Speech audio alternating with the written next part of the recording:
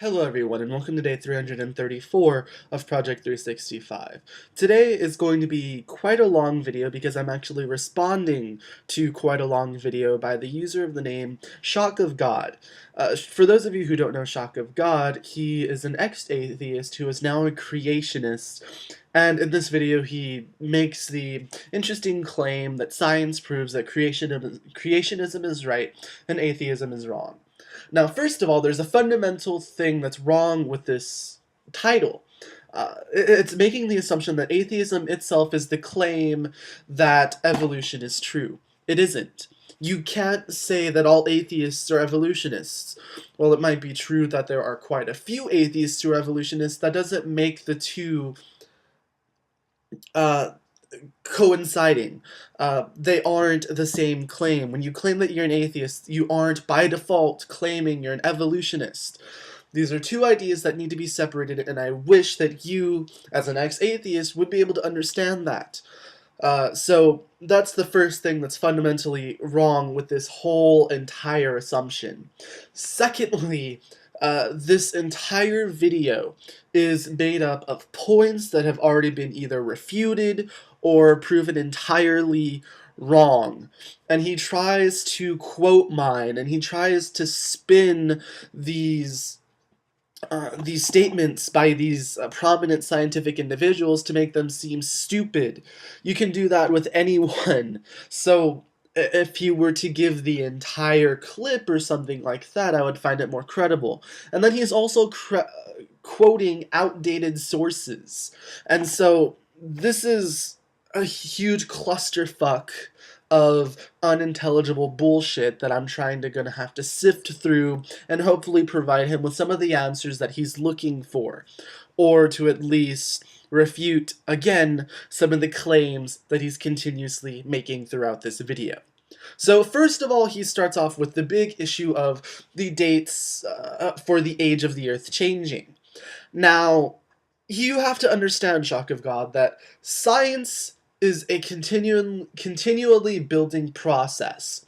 As we get further along in our years, science tends to get better. So more and more improved tests for dating are created, which explains why the dates kept changing. If you can't understand that, then you have no basic fundamental understanding of how science works. We look for an answer, we improve upon the ways to find an answer, we improve the answer. That's how science works. It isn't a group of mad, evil scientists who are like, okay, we have to disprove God's existence, so let's all get together and figure out a way to prove those damn creationists wrong, no matter how much we think that their proof is true. There isn't an evil squad of scientists who are out there saying that. The truth of the matter is, scientists are simply finding more and more true answers the more and more we improve our abilities as scientists and through naturalistic observation and through the scientific method. Okay.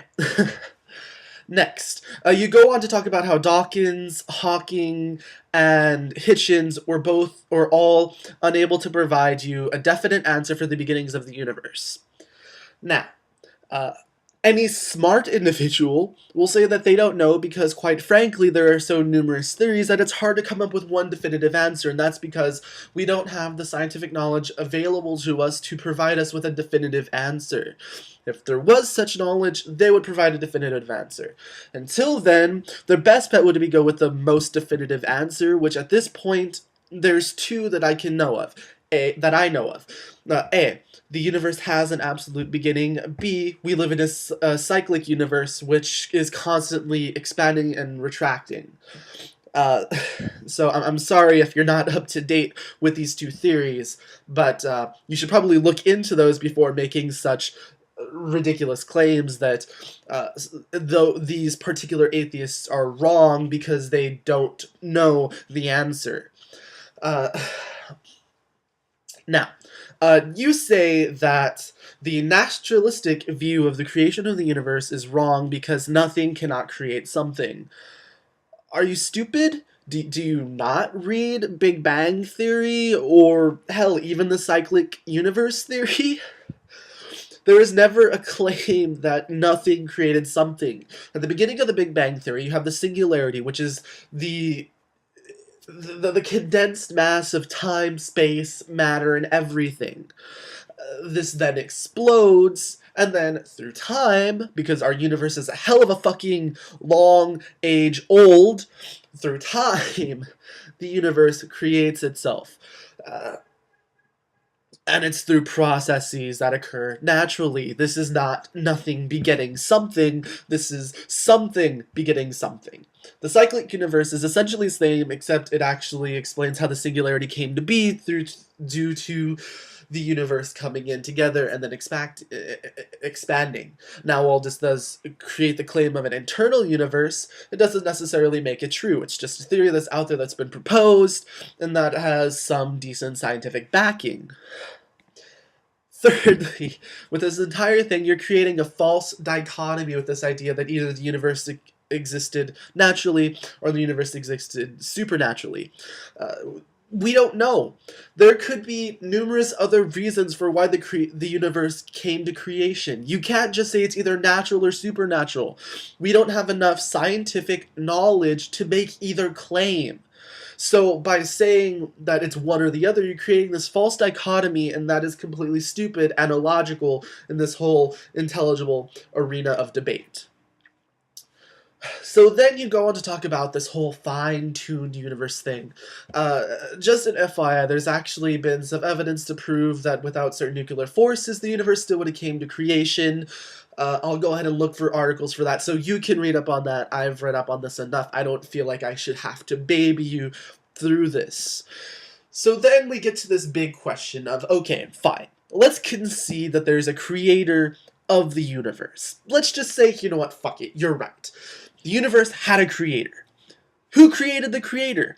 By saying that the creator is eternal, that's a ridiculous assumption because it leads to no scientific progress. It's just accepting something on sheer faith, and that isn't scientific because it can't be tested. If you were to go to the scientific approach, who created the creator and who created that creator? And then you get into this infinite regression. The assumption that there was an eternal creator is not scientific. It's faith-based.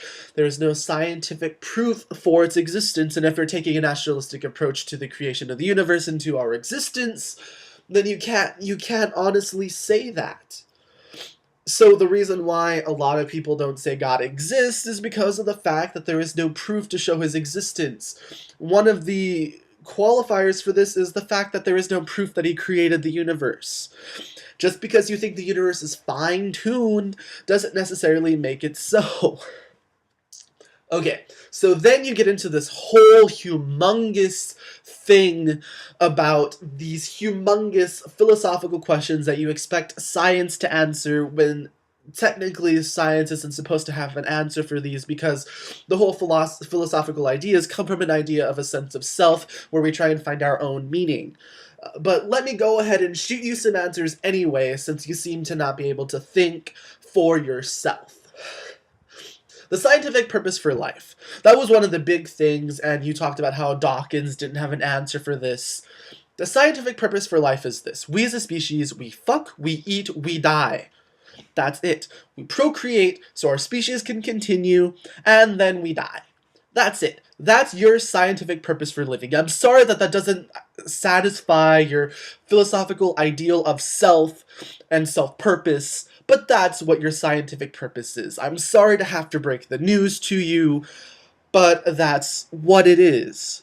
Now, if you want to go to a more philosophical idea, then that's for you to derive. What your own purpose is for you to derive. You can't have and expect someone to reach that conclusion for you. And not all atheists think that their life is meaningless. I don't think my life is meaningless. I think my life has a lot of meaning because I choose to give it its meaning. Sure, there are atheists who choose to give their life a lack of a meaning, but that doesn't mean that all atheists do. Secondly, you get into this even bigger philosophical idea of why are we here, to which I refer you back to the idea of fucking, eating, sleeping, dying. That's why we're here. And then where are you going? You're going to go out, you're going to go have babies, you're going to eat, you're going to sleep, you're going to die. There it is. Those are your big philosophical questions answered by science. I'm sorry that they aren't satisfying, I'm sorry that they aren't as moralistic as you would hope they would be, but those are the scientific answers that you're looking for. Now, if you really wanted to get answers to these questions, those would be answers for you to decide. Those are answers for everyone to decide for themselves. You can't just expect one source to give you a definitive purpose for everybody. Everybody should be able to reach their own purpose and their own reason for living and their own reason for where they're going. You shouldn't.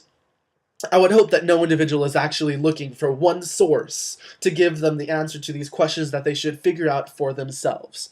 The reason why Dawkins says these are silly questions is because they hold no importance to the scientific debate of the existence of God.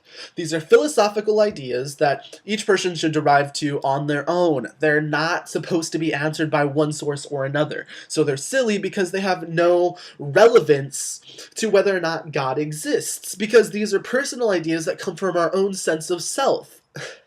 These are not naturalistic things that occur around us. There aren't dogs out there walking around asking, why am I here?